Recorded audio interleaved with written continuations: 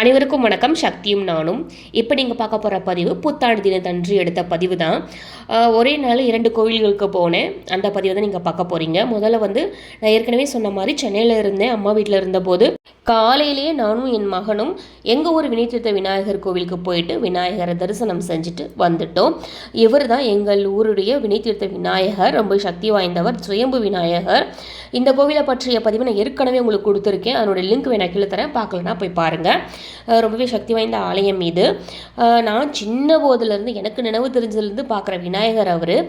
அடுத்து இந்த சிவனெல்லாம் இப்போ தான் வச்சுருக்காங்க.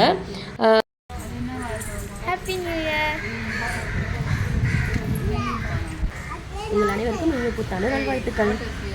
இந்த கோவிலில் இருந்த உங்கள் எல்லோருக்குமே நான் புத்தாண்டு வாழ்த்து சொல்லணும்னு ஆசைப்பட்டேன். அதுவும் இந்த விநாயகர் முன்னாடி நின்று சொல்லணும், அவருடைய அருள் உங்கள் அனைவருக்குமே பரிபூர்ணமாக கிடைக்கணும் அப்படின்னு ஆசைப்பட்டேன். அதனால தான் விடிஞ்சதும் விடியாததுமாக சீக்கிரம் நானும் என் மகனுமே கிளம்பி அங்கேருந்து உங்களுக்கு நான் பதிவு கொடுத்தேன். எனக்கு ரொம்ப சந்தோஷமாக இருந்தது. நான் என்ன நினச்சேனோ அதே மாதிரி அன்றைக்கி எனக்கு அமைஞ்சுது அப்படிங்கிறதுல எனக்கு ரொம்ப சந்தோஷம். இவர் நான் ஏற்கனவே சொல்லியிருப்பேன், ஆலமரம் அரச மரம் ரெண்டுமே சேர்ந்த மரம் அது. அந்த மரத்தின் அடியில் இருக்கும் விநாயகர் இவர்.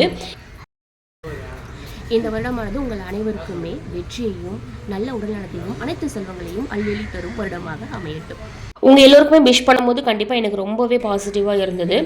அங்கே நம்ம கிருஷ்ணருடைய சிலையும் இருக்குது, அவருடைய வழிபாடும் இங்கே நடக்குது. அவரையும் நான் தரிசனம் செஞ்சுக்கிட்டேன். இப்போ நீங்கள் பார்க்குறது மாலையில் நான் ஊருக்கு வந்ததுக்கப்புறமா இங்கே இருக்கிற சாய்பாபா கோவிலுக்கு போயிருந்தோம். அங்கே சாய்பாபா மட்டும் கிடையாது, முருகர், விநாயகர், ஆஞ்சநேயர் எல்லோருமே இருந்தாங்க. எனக்கு ரொம்ப சந்தோஷமாக இருந்துச்சு. இது என்னையும் அறியாமல் நான் சாய்பாபா பார்த்து ரசிச்சுக்கிட்டு இருந்தேன். அந்த நேரத்தில் என் மகன் எடுத்துட்டு எனக்கு காமிச்சான்.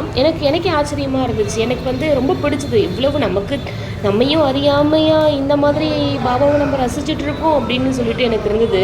இது நடக்குங்க பலமுறை. இந்த முருகர் கோவிலுக்கு போனாலும் முருகரை பார்த்து அப்படியே நின்றுட்டு இருப்பேன், உட்காந்துட்டு இருப்பேன். அது நிறைய பேருக்கு, உங்களுக்கும் இருக்கும் அந்த அனுபவம். அதுதான் நம்மையும் மெய் மறந்து பக்தியில் திளைக்கிறது அப்படின்னு சொல்லுவாங்க. இது எனக்கு ரொம்பவே அனுபவம். உங்களுக்கு அந்த அனுபவம் இருந்துச்சுன்னா கண்டிப்பாக எனக்கு கமெண்ட் பண்ணுங்கள். முருகரை பாருங்கள், எவ்வளோ அழகாக இருக்கார், சான்ஸே கிடையாது. இதெல்லாம் என் மகன் எடுக்கும் பொழுதுலாம் நான் அப்படியே நின்றுட்டு பார்த்துக்கிட்டு இருந்தேன், கண் கொட்டாமல். துர்கை அம்மன் ரொம்ப அழகாக இருந்தாங்க, கலையாக இருந்தாங்க. இந்த கோவிலுக்கு நான் முதல் முறையாக தான் போகிறேன்.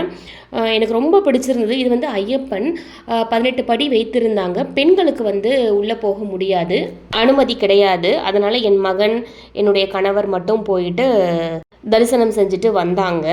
அதுக்கப்புறம் பைரவர், இவர் அஷ்ட பைரவர் அப்படின்னு சொல்கிறாங்க. நான் பைரவர் கோவில் போகும்போது இவரை பார்த்துருக்கேன். அதுக்கப்புறம் நான் ஒரு ஆலயத்தில் பார்க்கறது இங்கே மட்டும்தான். பைரவரை உக்ரமான தெய்வம் அப்படின்னு சொல்லுவாங்க. ஆனால் இங்கே இவர் ரொம்ப கலையாக இருந்தார், பார்க்க அருமையாக இருந்தார். அப்புறம் இந்த சாய்பாபா கோவிலுக்குள்ளே நுழையும் போது இவர் தான் நம்மளை வரவேற்பார். இவரை பார்த்துட்டு தான் அடுத்து இவரை நம்ம தரிசனம் செய்வோம். ரொம்ப அருமையாக இருந்தது கோவில், எனக்கு ரொம்ப பிடிச்சிருந்தது. இவ்வளோ தூரம் போயிட்டு ஃபோட்டோஸ் எடுக்காமல் நல்லா இருக்குங்களா, அதனால ஒரு 2-3 ஃபோட்டோஸ் எடுத்தோம். அதுதான் உங்களுக்கு நான் கொடுத்துருப்பேன். இந்த பதிவை உங்களுக்கு நான் கொடுக்குறது எனக்கு ரொம்ப சந்தோஷம். ஏன்னா இந்த அனைத்து கடவுளுடைய அருளும் உங்கள் அனைவருக்குமே பரிபூர்ணமாக கிடைக்கணும் அப்படிங்கிறதுக்காக தான் இந்த பதிவை நான் உங்களுக்கு தரேன். மறுபடியும் சொல்கிறேன், உங்கள் அனைவருக்குமே இனிய புத்தாண்டு நல்வாழ்த்துக்கள். இந்த வருடம் உங்கள் அனைவரின் கனவுகளும் பலிக்கட்டும், உங்களின் ஒவ்வொரு நாளும் சீரும் சிறப்புமாக அமையட்டும். நன்றி.